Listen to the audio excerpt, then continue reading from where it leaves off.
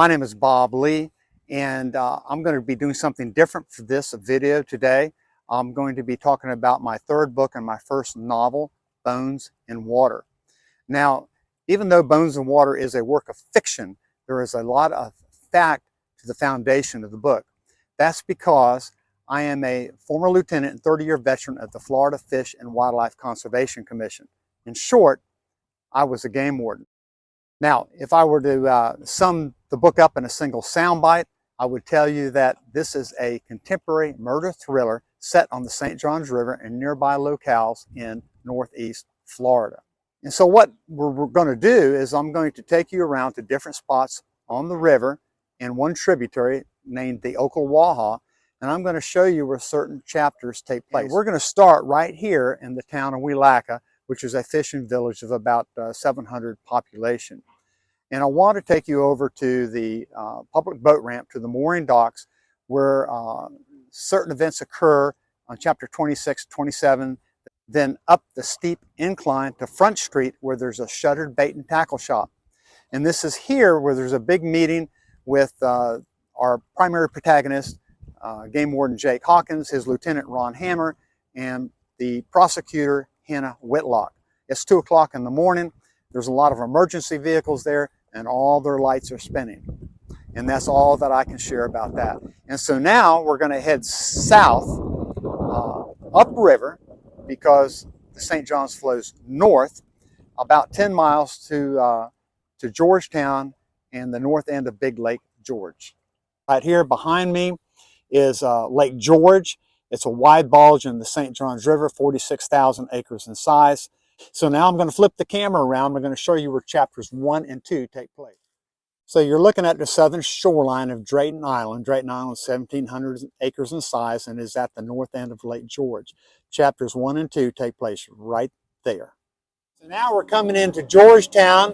It's a community at the south end of Putnam County. This is the Drayton Island Ferry. It's gotten some real upgrades since I first came here in 1977. This is where our protagonist, Florida Game Warden Jake Hawkins, first meets his romantic interest, Maggie Parker, in the book. They have an established relationship, but the reader sees them getting together here first. This is Black Point. Black Point is mentioned numerous times in the book, begins on chapter 5. And in that far, far corner is what we call Big Muddy, and one of the most dramatic scenes in the book take place there. There's still a viable blue crab fishery here on the St. Johns River. That's what all these floats are. And one of the main characters in the book happens to be a blue crab fisherman. We're still in Georgetown. That's the east shore of the river. Bobby Ray would live right in here in one of these canals. And the fictional fish camp that goes by the name of the Hideaway would be right in here. The owner's name is Rory Duncan. He also is an important character in the book. So we're going to pass Riverbend Condos and coming into the mouth. And looks like we've got a lot of ibis. They've come down for the wintertime. Large numbers of wetland birds come in here. So we're coming into the second bend up from the mouth of the Ocklawaha, and right in this area, a very important dramatic scene takes place, chapters 11 and 12. Jake Hawkins is there amongst other people. I'm loath to give up the plot, so that's all I'm going to say, but at least you can get a look at the beauty of the area. And this river is absolutely gorgeous. Now, earlier in my career, I made thousands of patrols up the Ocklawaha River, chasing outlaw commercial fishermen, just all different types of poachers.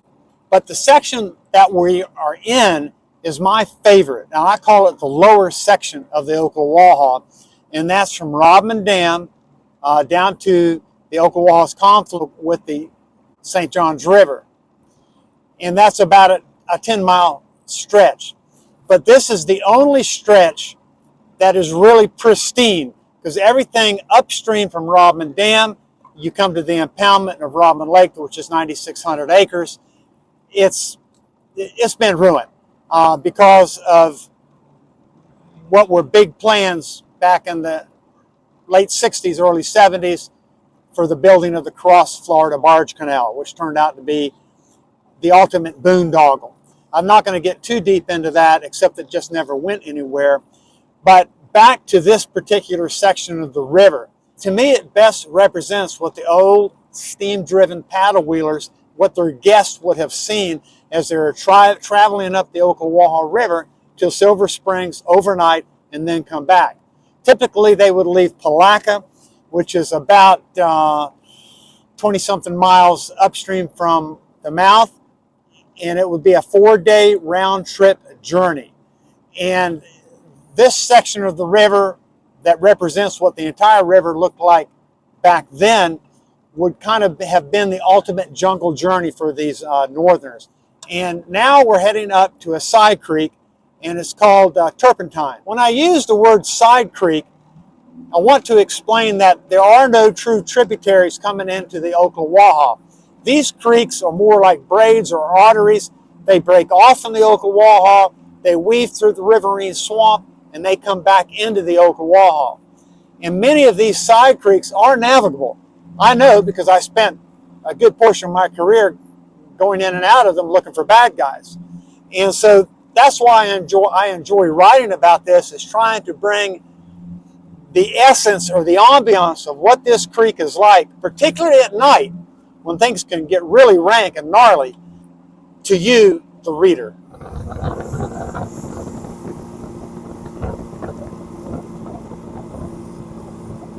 Sometimes the river can be really tricky. You've got two different ways to go here, but you really gotta have it memorized. You gotta know where to go.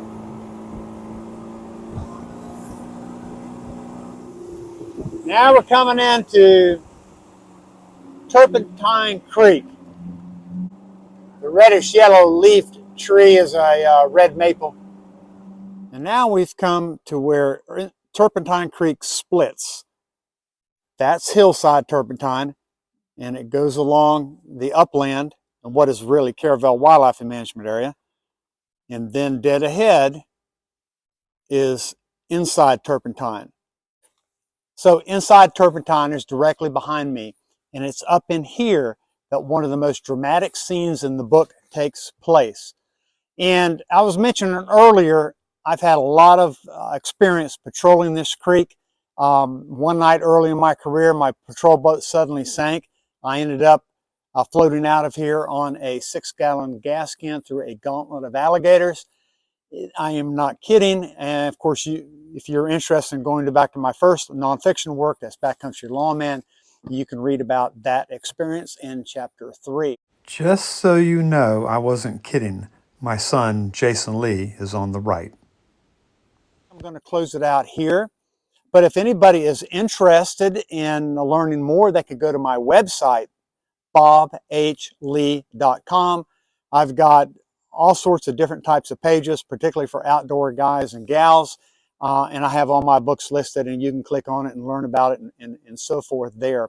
And it takes you direct to link on Amazon. So anyway, thank you so much for watching.